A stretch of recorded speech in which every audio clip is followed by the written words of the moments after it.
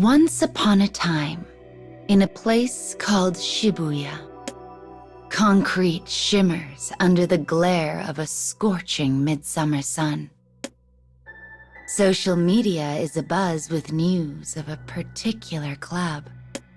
This group, comprised of young people, invites their peers to participate in planned mass suicides.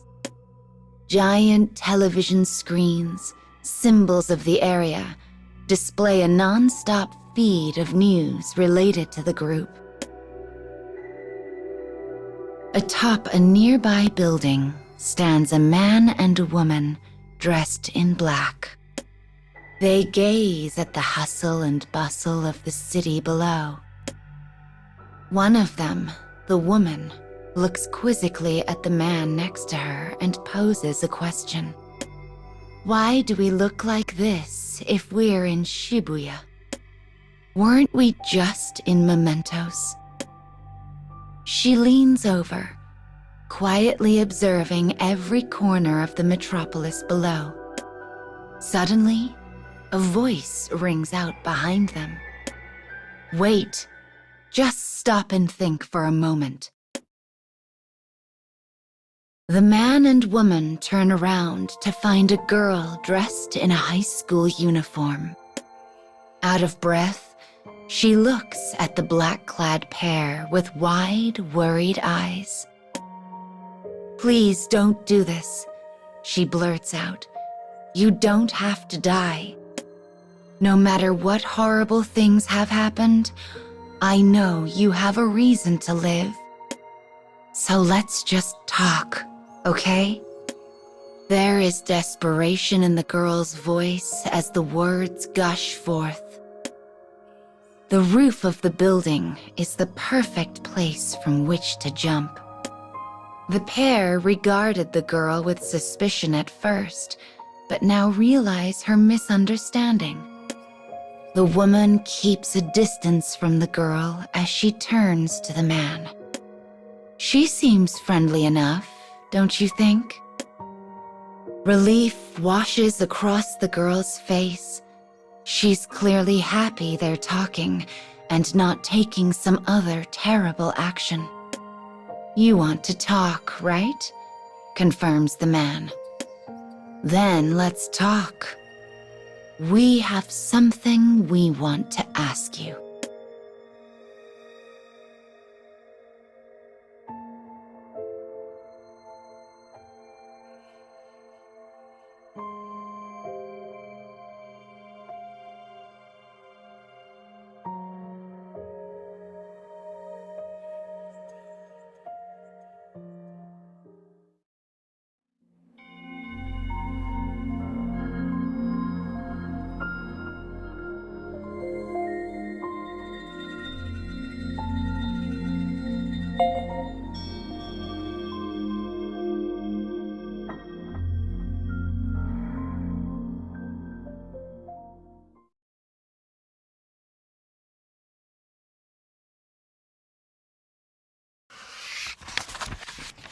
The high school girl and suspicious-looking duo make for an odd trio indeed. After bringing together some desks and chairs that lay discarded on the roof, they begin an uneasy conversation.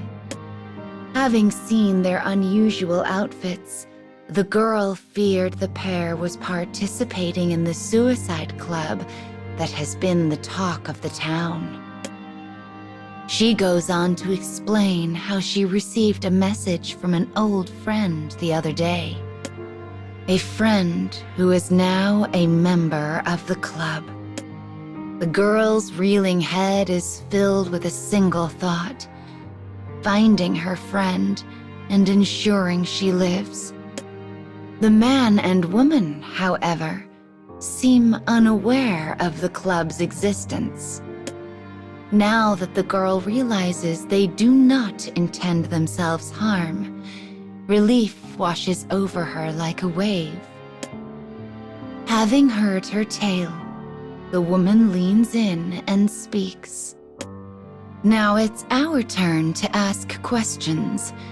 This is Shibuya, right? The large screens that serve as the symbol of the area are clearly visible from atop the roof.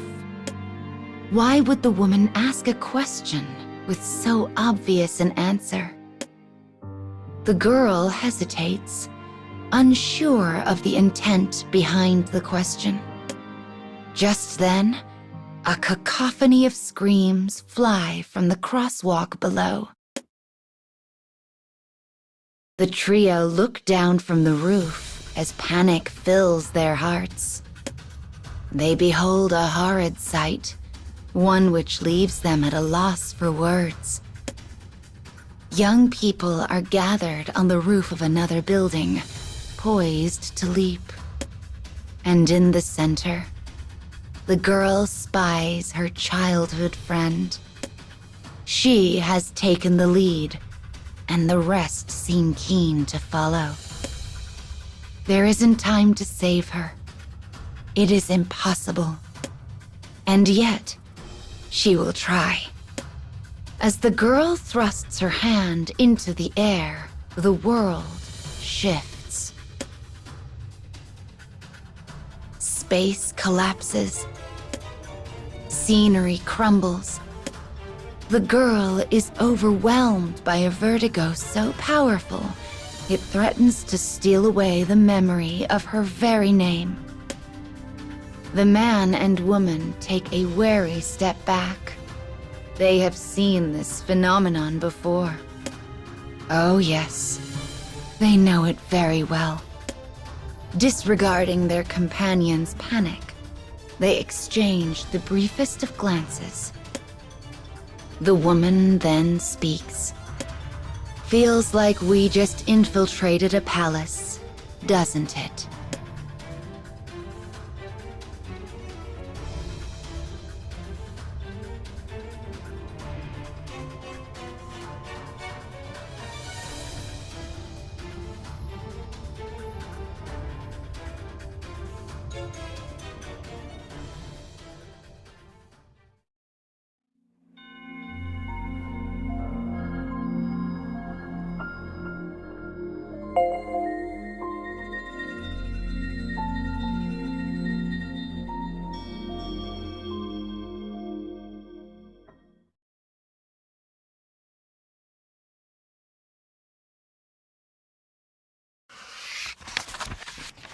The high school girl regains consciousness and recalls her own name. Beside her are the man and woman in black. Before her is a world enveloped in darkness. Floor, walls, and ceiling. They are surrounded on all sides by massive tanks of water. It's as if she has been transported to an aquarium. The young people who had so recently been ready to leap off buildings have transformed into merfolk who now swim gracefully through the water. Unease grips the girl's heart in its fist, but the woman seems familiar with such worlds. Let's pin down this situation, she says calmly. We went from an unfamiliar Shibuya to this place.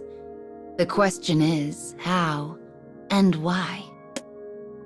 The man in black says nothing, preferring to calmly observe the situation. If he has a guess, he keeps it to himself. As they each come to terms with their confusion, a question lingers in the girl's mind. What happened to my friend? The moment she asks it, she hears her friend's faint cry. No, stay away from me. For some reason, the girl is the only one who can hear her. The voice almost seems to be pushing her away. Suddenly, the merfolk leap from the tanks.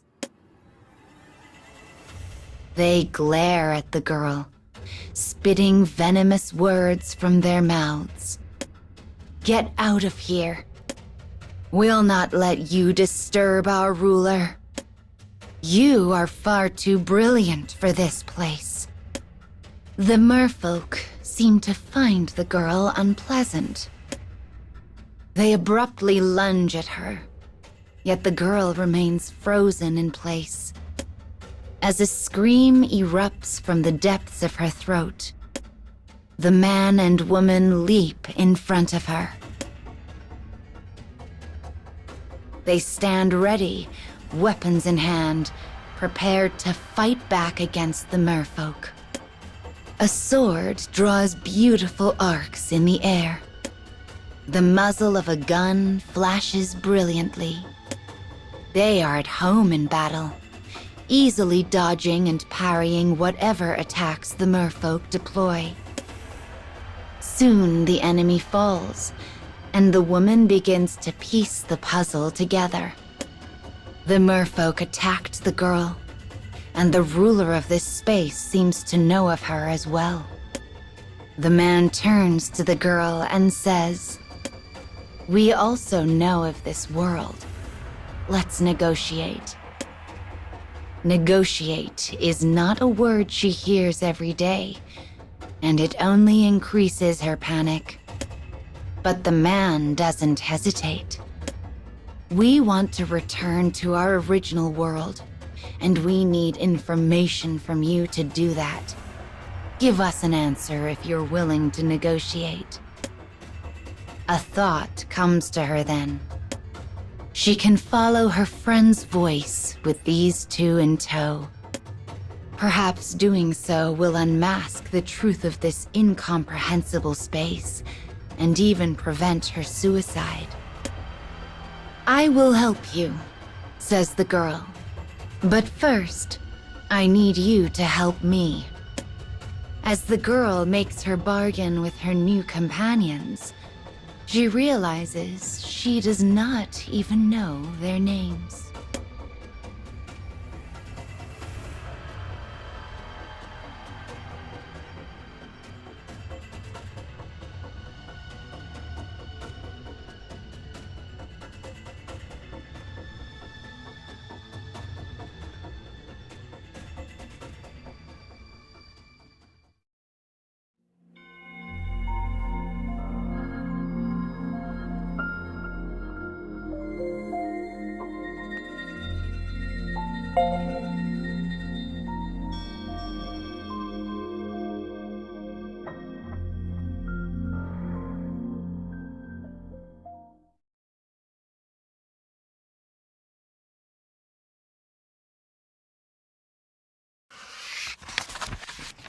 The high school girl and the pair clad in black weave through the merfolk's obstacles as they follow the voice of a missing friend.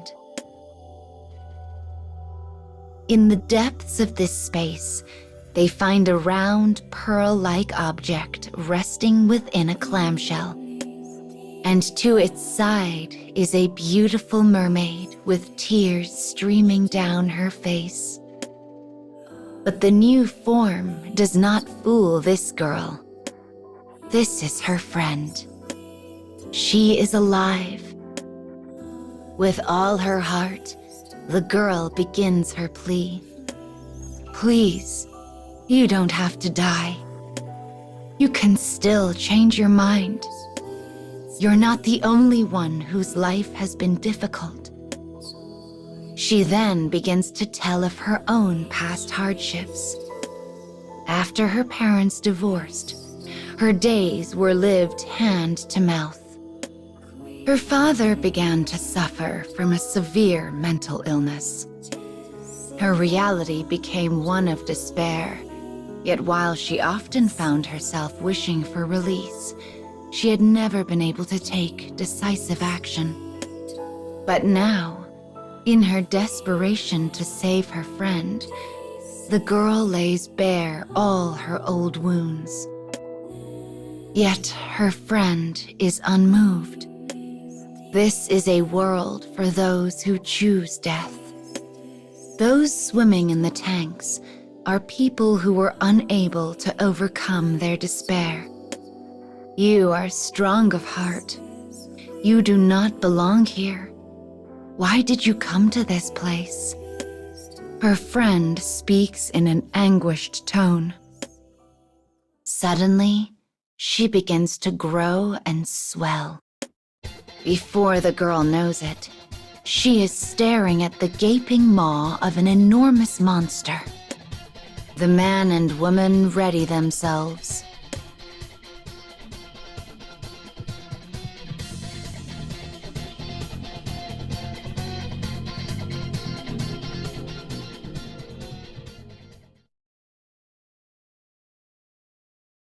The other merfolk bow reverently to the monstrous friend.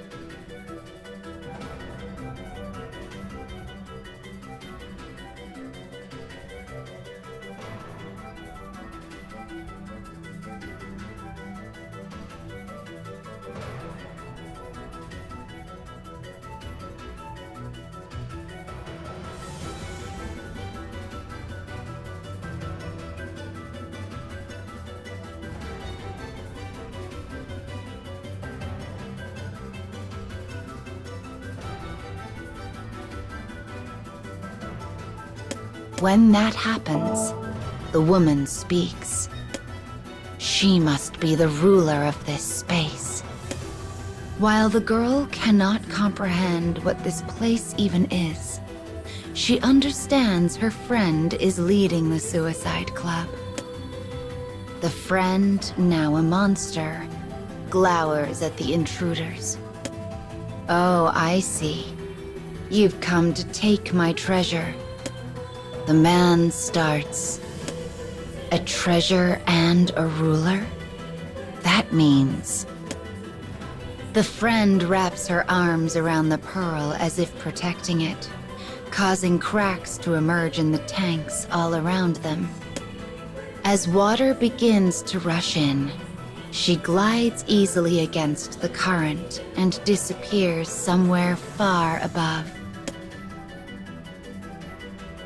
A torrent floods into the space. The girl braces herself for the oncoming waves. I don't want to die here. I have to save my friend. As she inhales, knowing it is likely the last breath she will ever take, she suddenly feels lighter. The man has picked her up in his arms. Without a sound, he and the woman begin to run. They fly across a path of bricks that rests just above the water. With a swift dash, they move left. With a nimble leap, they move right. It's like a choreographed dance, one the girl cannot begin to follow. Finally, the trio finds themselves in a place of safety. The girl does not know how to feel. Though she is relieved to be alive, she is filled with mourning for her friend. But the duo in black have an idea. They claim this world is called a palace. And if that is true, it means they may be able to steal the pearl and change the friend's heart. Change her heart? Steal? Though the girl hears the words, they lack all meaning. I suppose we haven't introduced ourselves yet, says the woman. She glances at the man, who nods. We are the Phantom Thieves of Hearts. They will do whatever it takes to save her friend and return to the world from whence they came. With new confidence, the girl and the Phantom Thieves press forward into the eldritch space. Soon, they will reach the end.